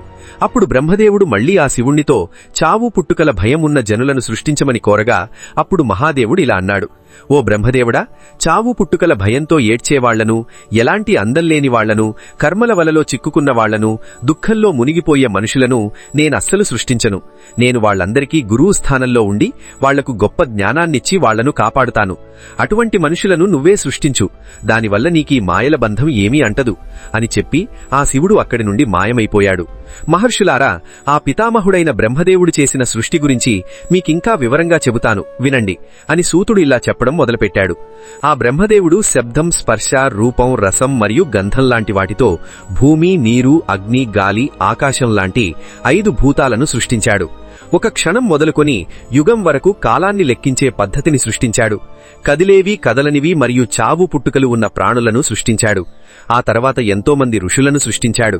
బ్రహ్మదేవుడు తన కళ్ల నుండి మరీచిని, గుండె నుండి భృగుమహర్షిని, తల నుండి అంగిరసుని, ఊపిరి నుండి పులహుణ్ణి, ఉదానం నుండి పులస్త్యసుణ్ణి, సమానం నుండి వశిష్ఠుణ్ణి, అపానం నుండి క్రతువును, చెవుల నుండి అత్రిని, ప్రాణం నుండి దక్షుణ్ణి, తొడ నుండి నారదుణ్ణి, నీడ నుండి కర్దమ మహర్షిని మరియు తన సంకల్పం నుండి సమస్త సాధనాలకు మూలమైన ధర్మాన్ని ఆ బ్రహ్మదేవుడు సృష్టించాడు. మహర్షులారా, బ్రహ్మదేవుని సంకల్పం నుండి పుట్టిన ఆ ధర్మం మనిషి రూపాన్ని పొందింది. ఆ తర్వాత బ్రహ్మదేవుని శరీరం నుండి లెక్కలేనంతమంది దేవతలు, రాక్షసులు పుట్టారు. ఆ తర్వాత ఆ శంకరుని ఆజ్ఞతో బ్రహ్మ తన శరీరాన్ని 2గా చేసుకుని 2 రూపాలను పొందాడు. అందులో సగం భాగం స్త్రీ, సగం భాగం పురుషుడు. వీరిద్దరి మధ్య ఎలాంటి భేదం లేదు. ఆ పురుషుడు ఆ స్త్రీలో ఒక గొప్ప జంటను సృష్టించాడు. ఆ జంటలోని పురుషుడే స్వయంభువ మనువు మరియు స్త్రీ పేరు శతరూప. ఆమె ఒక యోగిని మరియు గొప్ప తపస్విని. ఎంతో అపురూపమైన అందగత్తె అయిన ఆ శతరూపను ఆ మనువు పద్ధతి ప్రకారం పెళ్లి చేసుకుని స్త్రీ సంపర్కంతో సృష్టిని ముందుకు సాగించాడు. ఆ జంటకు ప్రియవ్రతుడు మరియు ఉత్తానపాదుడు అనే 2 కొడుకులు, ఆకూతి, దేవహూతి మరియు ప్రసూతి అనే 3 కూతుర్లు పుట్టారు. ఆ ఆకూతిని రుచి అనే అతనికి, దేవహూతిని కర్దమ మహర్షికి మరియు ప్రసూతిని దక్షుడికి ఇచ్చి పెళ్లి చేశారు.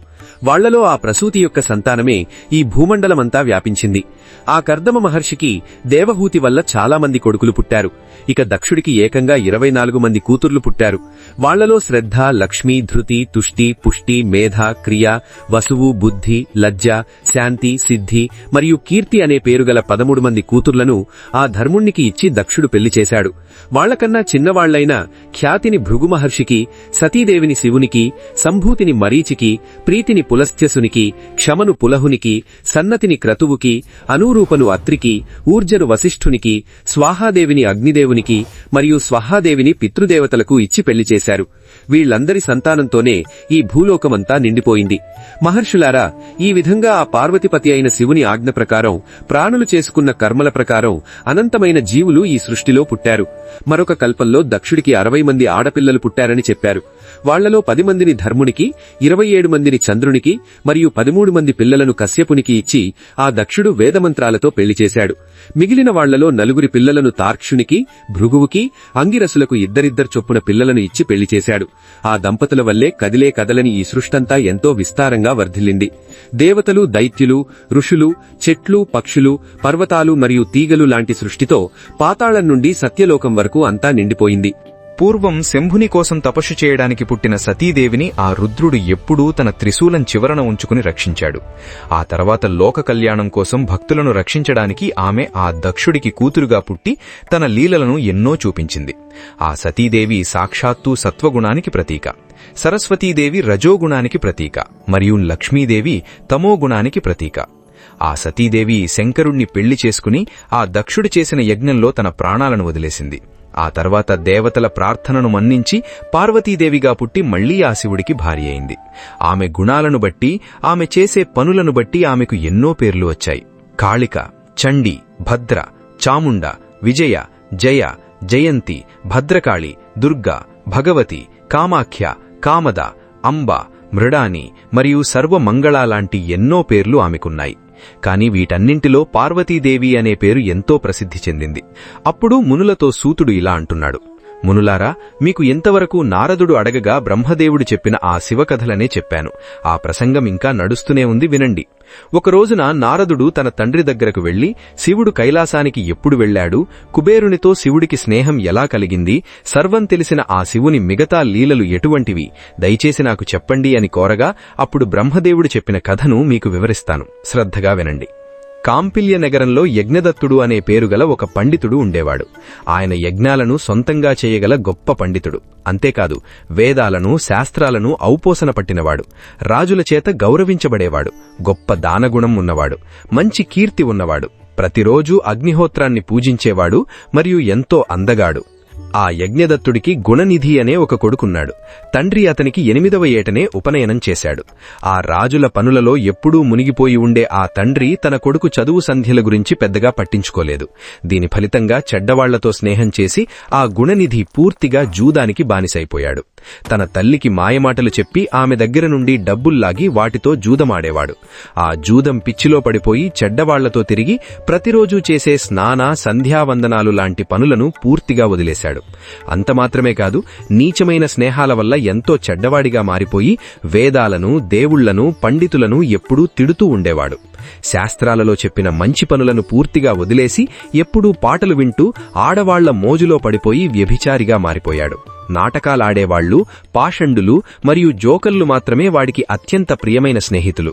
తండ్రి ఎప్పుడూ ఆ రాచకార్యాలలోనూ మరియు ఇంటి పనులలోనూ మునిగిపోయి ఉండి ఎప్పుడైనా తీరిక దొరికినప్పుడు తన భార్యతో, ఓసి ఇంటిదానా, నీ కొడుకెక్కడా, ఇంట్లో అసలు కనిపించడం లేదు అని అడిగిన ప్రతిసారీ వాడిప్పటివరకు పాఠాలు చదువుకుని ఇప్పుడే వాళ్ల స్నేహితులొస్తే వాళ్లతో కలిసి బయటికి వెళ్లాడు అని అబద్ధం చెప్పి కొడుకు మీదున్న ప్రేమతో ఆ గుణనిధి చేస్తున్న తప్పులన్నింటినీ కప్పిపుడిచేది.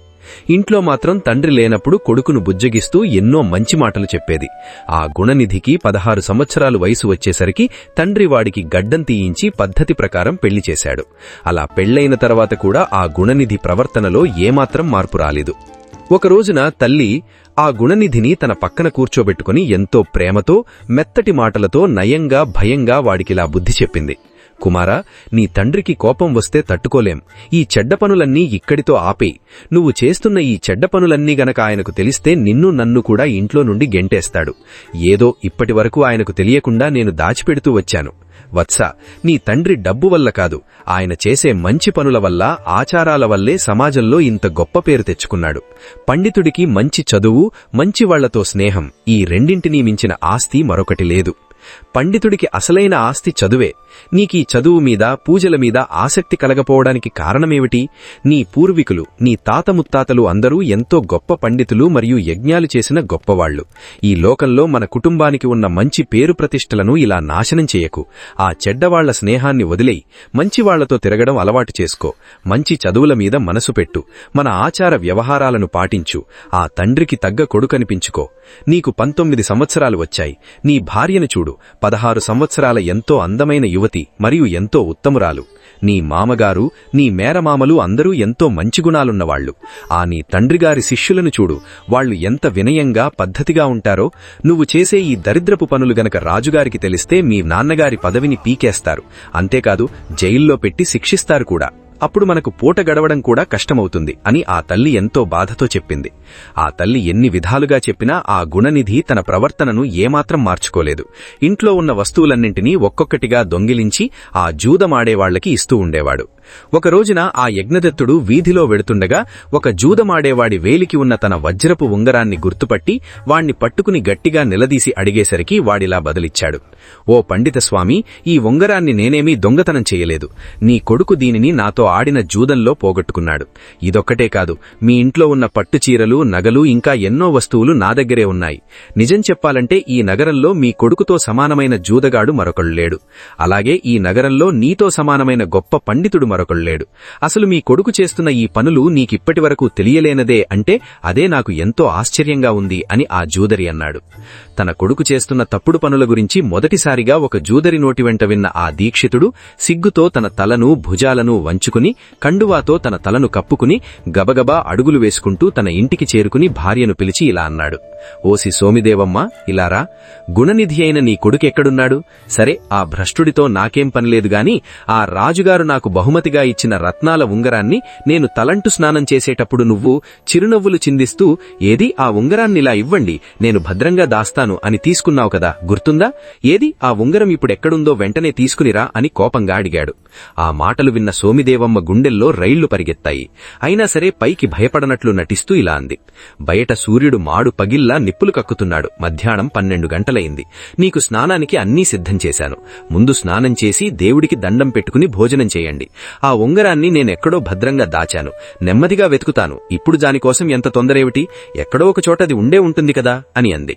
తన కొడుకు తప్పును ఇంకా కప్పిపెడుతున్న ఆ తల్లి అమాయకపు మాటలకు విపరీతమైన కోపంతో ఊగిపోయిన ఆ దీక్షితుడు తన జుట్టును ముడివేసుకుని తన పంచెను పైకెగ్గట్టి కండువాను దులిపి నడుముకు చుట్టుకుని తన జంధ్యాన్ని సవరించుకుని కుడిచేతిని పైకెత్తి వేళ్లతో టపటపా శబ్దాలు చేస్తూ ఆ సోమిదేవమ్మ వైపు తిరిగి చూపుడు వేలుతో ఆమెను చూపిస్తూ కళ్లలో నుండి నిప్పులు కురిపిస్తూ పళ్లు పటపట కొరుకుతూ తన భార్యతో ఇలా అన్నాడు.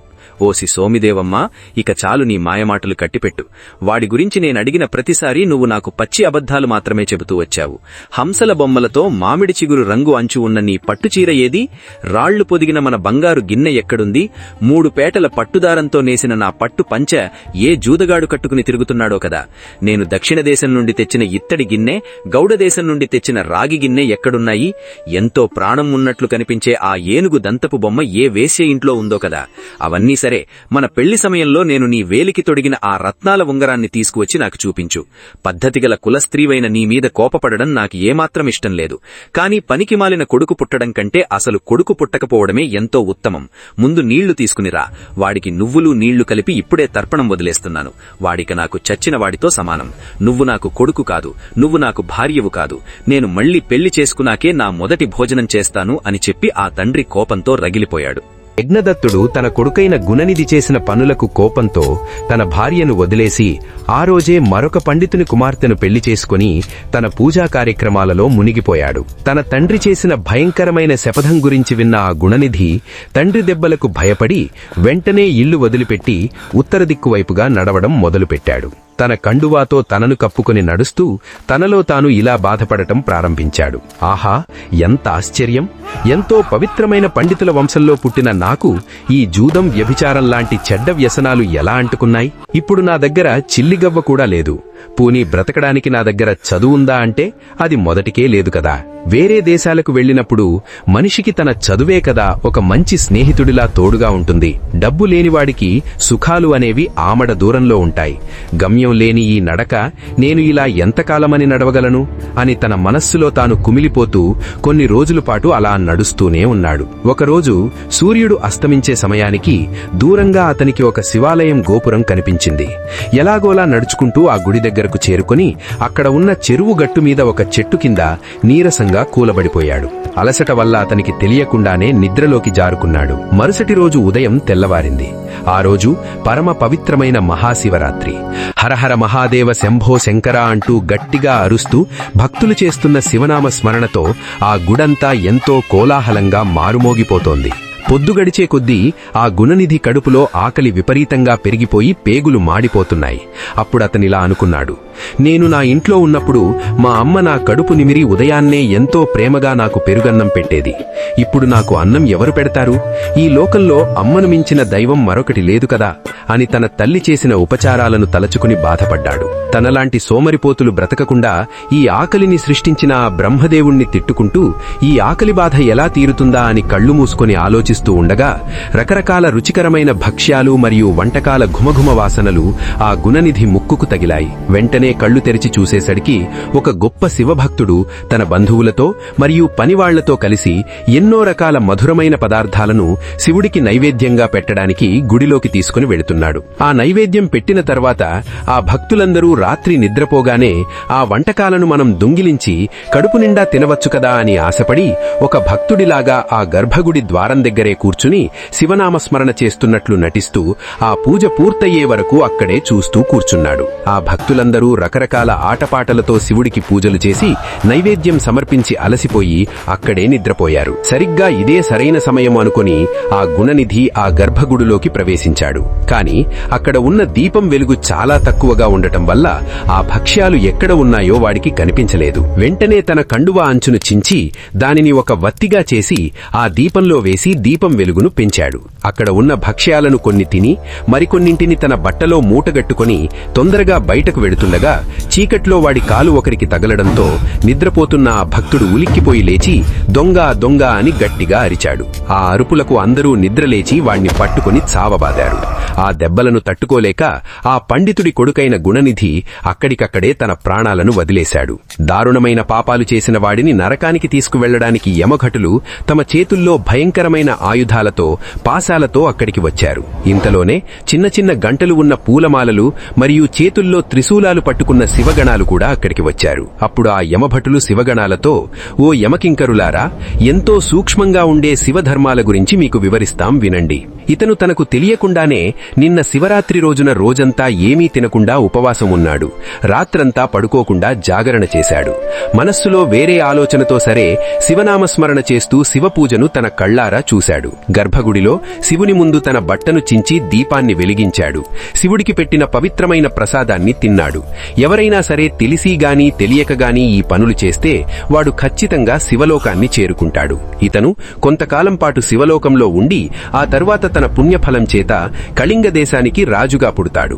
కాబట్టి మీరిక్కడి నుండి వెళ్లిపోండి. ఈ విషయాన్ని మీ యమధర్మరాజుకు చెప్పండి అని ఆ శివగణాలు బదులిచ్చాయి. ఆ శివగణాల మాటలకు ఎదురు చెప్పలేక ఆ యమదూతలు వెనక్కి తిరిగి వెళ్లిపోయి జరిగినదంతా యమధర్మరాజుకు చెప్పారు. అప్పుడు ఆ యముడు తన భటులతో ఇలా అన్నాడు, నా భటులారా, మీరికపై ఎప్పుడూ ఆ శివభక్తుల జోలికి వెళ్లకండి. నుదుటి మీద 3 అడ్డగీతలుగా విభూదిని పెట్టుకున్న వాళ్లను, శరీరమంతా భస్మం పూసుకున్న వాళ్లను, మెడలో రుద్రాక్షలు మరియు జటాజూటాలు ఉన్నవాళ్లను మరియు శివుని వేషంలో ఉన్న వాళ్లను మీరు ఎప్పుడూ పొరపాటున కూడా యమలోకానికి తీసుకురాకండి అని ఆజ్ఞాపించాడు. మునులారా, శివభక్తికి ఉన్న అసలైన మహిమ ఇది. ఆ తరువాత కథను చెబుతాను వినండి అని సూతుడిలా చెప్పసాగాడు. ఈ విధంగా ఆ గుణనిధి శివలోకాన్ని చేరుకున్నాడు. అక్కడ శివగణాలతో కలిసి ఎంతో భక్తితో ఆ శివపార్వతులను సేవించి కొంతకాలం తరువాత భూలోకంలో అరిందముడు అనే పేరుగల కళింగ దేశపు రాజుకు కుమారుడిగా జన్మించాడు. అతని పేరు దముడు. పోయిన జన్మలో తాను చేసిన శివపూజా సంస్కారం వల్ల ఈ జన్మలో బాల్యంలుండే అతనికి శివుని మీద అపారమైన భక్తి అలవడింది. ఆ దముడు పెరిగి పెద్దవాడై సింహాసనం ఎక్కి రాజ్యాధికారాన్ని పొందగానే తన రాజ్యమంతకా శివధర్మాలను గొప్పగా ప్రచారం చేశాడు. ఎన్నో అద్భుతమైన కొత్త శివాలయాలను నిర్మించాడు. ఆ గుళ్లలో ప్రతిరోజు ధూపదీప నైవేద్యాలు ఎప్పుడూ జరగడానికి కావలసిన అన్ని ఏర్పాట్లు చేశాడు. బ్రతికున్నంతకాలం శివభక్తితో తన జీవితాన్ని ఎంతో ఆనందంగా గడిపిన ఆ దముడు మరణించిన తర్వాత రత్నాల వెలుగులతో మెరిసిపోయే అలకా నగరానికి రాజై కుబేరుడు అనే పేరుతో ఉత్తర దిక్కుకు అధిపతి అయిన దిక్పాలకుడు అయ్యాడు. అప్పుడు మునులతో సూతుడు మళ్లీ ఇలా అంటున్నాడు, మునులారా, ఆ కుబేరుడికి శివునితో స్నేహం ఎలా కలిగిందో ఆ కథను చెబుతాను వినండి. ఎంతో కాలం క్రితం పాద్మకల్పంలో బ్రహ్మదేవుని మానసపుత్రుడైన పులస్త్యుడికి విశ్రవసుడు అనే ఒక కొడుకు పుట్టాడు. ఆ విశ్రవసుడి కొడుకే వైశ్రవణుడు. అతన్నే కుబేరుడు అని కూడా పిలుస్తారు. ఆ కుబేరుడు తన కఠినమైన తపస్సుతో పరమశివుణ్ణి మెప్పించి విశ్వకర్మ నిర్మించిన అలకాపురికి రాజై దాన్ని ఎంతో గొప్పగా పరిపాలించాడు. ఆ పాద్మకల్పం గడిచిపోయి మేఘవాహన కల్పం రాగానే యజ్ఞదత్తుని కొడుకైన ఆ గుణనిధి ఇప్పుడు కుబేరుడై ఆ అలకాపురికి రాజయ్యాడు. పోయిన జన్మలో శివభక్తికి ఉన్న గొప్పతనాన్ని తెలుసుకున్న ఆ కుబేరుడు వెంటనే కాశీనగరానికి చేరుకుని కదలకుండా అచంచలమైన భక్తితో ఆ పరమశివుణ్ణి గురించి కఠినమైన తపస్సు చేశాడు. అతని తపస్సుకు ఎంతో సంతోషించిన ఆ విశ్వేశ్వరుడు విశాలాక్షి అయిన పార్వతీదేవితో కలిసి ప్రత్యక్షమయ్యాడు. తపస్సులో ఉన్న కుబేరుడు కళ్ళు తెరిచి చూసేసరికి ఎంతో అద్భుతమైన అందానికి మారుపేరైన జగన్మాత పార్వతీదేవితో పాటు ఆ పరమేశ్వరుడు చిరునవ్వు చిందిస్తూ దర్శనమిచ్చాడు. లోకాలకు తండ్రి అయిన ఆ శివుని పక్కన నిండు పున్నమినాటి చందమామలాంటి అందమైన నవ్వుతో ఉన్న ఉమాదేవిని చూసి కుబేరుడు తన మనస్సులో ఇలా అనుకున్నాడు. ఆహా, ఏమా అందం, ఏమా సౌభాగ్యం, ఎంతటి గొప్ప వెలుగు కళ్లను తిప్పుకోనివ్వకుండా చేస్తోంది అని అనుకున్నాడు. ఇలా శివుని భార్య అయిన ఆ పార్వతీదేవి అందాన్ని చూస్తూ ఎంతో మితిమీరి ప్రవర్తించిన కారణంగా ఆ కుబేరుని ఎడమ కన్ను పగిలిపోయింది. అది గమనించిన పార్వతీదేవి పరమేశ్వరునితో ఇలా అంది. నాథా, ఈ దుష్ట సన్యాసేమిటి నా అందాన్ని ఇలా తదేకంగా చూస్తూ మనస్సులో ప్రశంసిస్తున్నాడు? మన్మధుణ్ణి కాల్చి బూడిద చేసిన నీ గొప్ప దర్శనాన్ని పొందిన తరువాత కూడా ఈ తాపసి మనస్సులో ఇంకా కామబీజం నశించలేదు అంటే వీడు చేసిన తపస్సంతా వృధా అయిపోయినట్లే కదా అని కోపంగా అంది. దానికి శివుడు చిరునవ్వుతో ఇలా బదులిచ్చాడు. దేవి, వీడు దుష్టుడు కాదు, వీడు మనకు ఎంతో ఇష్టమైన మన కుమారుడు. వీడు నీ అందాన్ని చూసి కామంతో వర్ణించడం లేదు, నీకు ఉన్న అద్భుతమైన సౌభాగ్యాన్ని చూసి ఆనందిస్తున్నాడు. నా భార్యవైన నీ తపస్సు ఎంతో గొప్పదో అని తన మనస్సులో తలచుకుని మైమరచిపోతున్నాడు అని శివుడు చెప్పాడు. పార్వతీదేవికి ఆ విధంగా సమాధానం చెప్పి శంకరుడు కుబేరునితో ఇలా అన్నాడు. నాయనా, నీ తపస్సుకు నేను ఎంతో సంతోషించాను. నువ్వు ఈ లోకంలో నవనిధులకు అధిపతివవుతావు. గుహ్యకులకు, యక్షకులకు, కిన్నెరులకు మరియు పుణ్యాత్ములకు నువ్వు రాజుగా ఉంటావు. ఇకపై నువ్వు నాకు ఎంతో ఇష్టమైన స్నేహితుడిగా ఉంటావు. నేను కూడా నీకు తోడుగా నీ అలకానగరానికి సమీపంలోనే కైలాసంలో నివాసం ఉంటాను. లోకాలను పవిత్రం చేసే ఈ పార్వతీదేవి నీ కన్న తల్లి లాంటిది. వెళ్లి ఆమె పాదాలకు నమస్కారం చేసుకో అని ఎంతో దయతో శివుడు ఆజ్ఞాపించగానే కుబేరుడు వెళ్లి ఆమె పాదాల మీద పడ్డాడు. అప్పుడు శాంతించిన ఆ జగన్మాత ఎంతో దయతో కుబేరునితో ఇలా అంది. నాయనా, మా మీద నీకు ఉన్న భక్తి ఎప్పటికీ ఇలాగే వర్ధిల్లుతుంది. నువ్వు నా అందాన్ని మితిమీరి చూసిన కారణంగా ఇకపై నీకు ఒకే ఒక ఎర్రటి కన్ను మాత్రమే ఉంటుంది. నా మీద నువ్వు ఎంతో అసూయను పొందావు కాబట్టి ఇక నుండి నువ్వు కుబేరా అనగా కుత్సితమైన బుద్ధి కలవాడు అనే పేరుతో ప్రసిద్ధి చెందుతావు అని పలికింది. ఆ విధంగా కుబేరుడికి వరాలిచ్చి ఆ ఆది దంపతులు అలకానగరానికి దగ్గరలోనే కైలాసాన్ని నివాసంగా చేసుకుని సుఖంగా ఉంటున్నారు. బ్రహ్మదేవుడు తన కుమారుడైన నారదుడికి చెప్పిన విషయాన్ని సూత మహర్షి మునులకు ఇలా ఉపన్యసిస్తున్నాడు. ఓ మునులారా, పరమశివుడు తన పూర్తి అంశతో రుద్రావతారాన్ని ధరించి ఎన్నో కోట్ల రుద్రగణాలతో కలిసి కుబేరుని అలకానగరానికి సమీపంలో ఉన్న కైలాసంలో కొలువుదీరిన కథను చెబుతాను వినండి. పార్వతీ సహితుడై ఆ పరమేశ్వరుడు తన అసలైన స్థానానికి వెళ్లి కుబేరుడికిచ్చిన మాటను నిలబెట్టుకోవడం కోసం ఇలా ఆలోచించాడు. నా గుండెల్లో నుండి పుట్టిన రుద్రుడు కంటికి కనిపించని నిర్గుణ పరబ్రహ్మ. విష్ణువు, బ్రహ్మలాంటి దేవతల చేత పూజలందుకునేవాడు. ఎలాంటి మచ్చాలేనివాడు మరియు అహంకారం లేనివాడు. అతడు నా పూర్తి అంశ కలవాడు. కాబట్టి నేను ఆ రుద్రుని రూపంతో నా అనుచరులతో కలిసి కైలాసంలో విహరిస్తాను. ఆ కైలాసమే నా తపోభూమి అవుతుంది అని సంకల్పించగానే ఆ రుద్రుడు ఎంతో ఉత్సాహంగా ముందుకు వచ్చి లోకంలో ఉన్న దేవతలందరినీ పిలవడానికి ఎంతో గంభీరమైన శబ్దంతో తన ఢమరుకాన్ని వాయించాడు. ఆ ఢమరుకనాదాన్ని విన్న బ్రహ్మవిష్ణువులు, మునులు, వేదాలు, సిద్ధులు, దేవతలు, రాక్షసులు మరియు ప్రమథగణాలందరూ వెంటనే అక్కడికి చేరుకున్నారు. మునులారా, అక్కడికి ఎంతమంది శివగణాలు చేరుకున్నారో ఆ సంఖ్యను చెబుతాను వినండి. ముందుగా గణపతులు అనగా గణాలకు అధిపతులైనవారు. వీరందరూ ఎంతో గొప్పవాళ్లు, లోకాలన్నీ నమస్కరించేవాళ్లు. శంఖకర్ణుడు అనే గణనాథుడు 1,000,000 గణాలతోనూ, కేకరాక్షుడు 10 కోట్లతోనూ, వికృతుడు 8 కోట్లతోనూ, విశాఖుడు 64 కోట్లతోనూ, పారియాత్రకుడు 9 కోట్లతోనూ, సర్వాంతకుడు 6 కోట్లతోనూ, శ్రీమాన్ దుందుభుడు 8 కోట్లతోనూ, గణాలలో ఎంతో శ్రేష్ఠుడైన జాలంకుడు 12 కోట్లతోనూ, సమదుడు 7 కోట్లతోనూ, వికృతాననుడు 7 కోట్లతోనూ, కపాలి 5 కోట్లతోనూ, సందారకుడు 6 కోట్లతోనూ, కండుకుడు 1,000,000 గణాలతోనూ, కుండుకుడు కోటి గణాలతోనూ, విష్టంభుడు 8 కోట్లతోనూ, చంద్రతాపసుడు 8 కోట్లతోనూ, మహాకేశుడు 1000 కోట్లతోనూ, కుండివాహుడు, పర్వతకుడు, కాలుడు, కాలకుడు అనేవాళ్లు ఒక్కొక్కరు 12 కోట్ల గణాలతోనూ, మహాకాలుడు, అగ్నికుడు, సన్నాహుడు, కుముదుడు అనేవాళ్లు ఒక్కొక్కరు 100 కోట్ల గణాలతోనూ, అభిముఖుడు, ఆదిత్యమూర్ధుడు, ధనావహుడు ఒక్కొక్కరు 1 కోటి గణాలతోనూ, అమోఘుడు, కోకిలుడు, సుమంత్రకుడు ఒక్కొక్కరు 1 కోటి గణాలతోనూ, కాకపాదుడు, సంతానకుడు ఒక్కొక్కరు 60 కోట్ల గణాలతోనూ, మహాబలుడు, మధుపింగుడు, పింగళుడు ఒక్కొక్కరు 9 కోట్ల గణాలతోనూ వచ్చి చేరారు. నీలుడు 90 కోట్ల గణాలతోనూ, పూర్ణభద్రుడు కూడా 90 కోట్ల గణాలతోనూ, చతుర్వక్రుడు 7 కోట్ల గణాలతోనూ, కాష్టాగూఢుడు, సుకేశుడు, వృషభుడు ఒక్కొక్కరు 64 కోట్ల గణాలతోనూ, చైత్రుడు, నకులీసుడు, లోకాంతకుడు, దీప్తాత్మ, దైత్యాంతకుడు, భృంగిదేవుడు, రిటి, అసని, భానుకుడు ఒక్కొక్కరు 7 కోట్ల గణాలతోనూ, సనాతనుడు 64 కోట్ల గణాలతోనూ, మహాబలుడైన నందీశ్వరుడు 100 కోట్ల గణాలతోనూ, ఇలా లెక్క పెట్టడానికి వీలులేనన్ని శివగణాలు ఆ రుద్రుని పిలుపు మేరకు అక్కడికి వచ్చి చేరాయి. వీరందరూ జటాజూటాలు, కిరీటాలు, తలపైన చందమామను పెట్టుకుని నీలిరంగు కంఠంతో 3 కళ్లతో అచ్చం ఆ రుద్రుని రూపంలోనే ఉన్నారు. ఈ విధంగా 20 కోట్ల గణాలతో సర్వేశ్వరుడైన శివుడు కైలాసానికి బయలుదేరాడు. బ్రహ్మ, విష్ణువులు ఇద్దరూ కూడా తమ గణాలతో ఆ పరమేశ్వరుని వెంట కైలాసానికి బయలుదేరారు. కైలాసానికి వచ్చిన ఆ పరమేశ్వరుణ్ణి, గణనాథులను మరియు మిగతా వారందరినీ ఆ కుబేరుడు ఎంతో ప్రేమగా పూజించాడు. అప్పుడు శంభుడు ఆ కుబేరుణ్ణి దగ్గరకు తీసుకుని హత్తుకుని అతని నుదుటి మీద ముద్దు పెట్టుకుని అలకానగర సమీపంలో ఉండిపోయాడు. వెంటనే విశ్వకర్మను పిలిచి తనతో వచ్చిన అనుచరునందరికీ నివాసం ఉండడానికి కైలాస పర్వత ప్రాంతంలో అద్భుతమైన ఇళ్లను నిర్మించమని ఆజ్ఞాపించాడు. శివుని ఆజ్ఞతో విశ్వకర్మ వెంటనే ఆ పనిని పూర్తి చేశాడు. ఒక మంచి ముహూర్తంలో లోకాలన్నింటికీ నాథుడైన ఆ విశ్వనాథుడు కైలాసంలోకి ప్రవేశించి ఎన్నో రత్నాలు పొదిగిన బంగారు సింహాసనం మీద కూర్చుని ఎంతో తేజస్సుతో ఒంటి నిండా భస్మం పూసుకుని అద్భుతంగా ప్రకాశించాడు. ఆ సమయంలో విష్ణువు, బ్రహ్మ మరియు మిగతా దేవతలందరూ ఆ విశ్వనాథుణ్ణి ఎన్నో విధాలుగా స్తుతించి అభిషేకం చేశారు. శివుడు వారందరినీ మీ కోరికలన్నీ నెరవేరుతాయి అని ప్రేమగా దీవించి వాళ్ల స్థానాలకు వాళ్లను వెళ్లమని ఆజ్ఞాపించి తాను మాత్రం యోగనిష్టలో ఉంటూ ధ్యానంలో మునిగిపోయి ఎవరి తోడూ లేకుండా ఒంటరిగానే ఆ కైలాస పర్వతం మీద ఉండి ఎన్నో అద్భుతమైన లీలలను ప్రదర్శించాడు.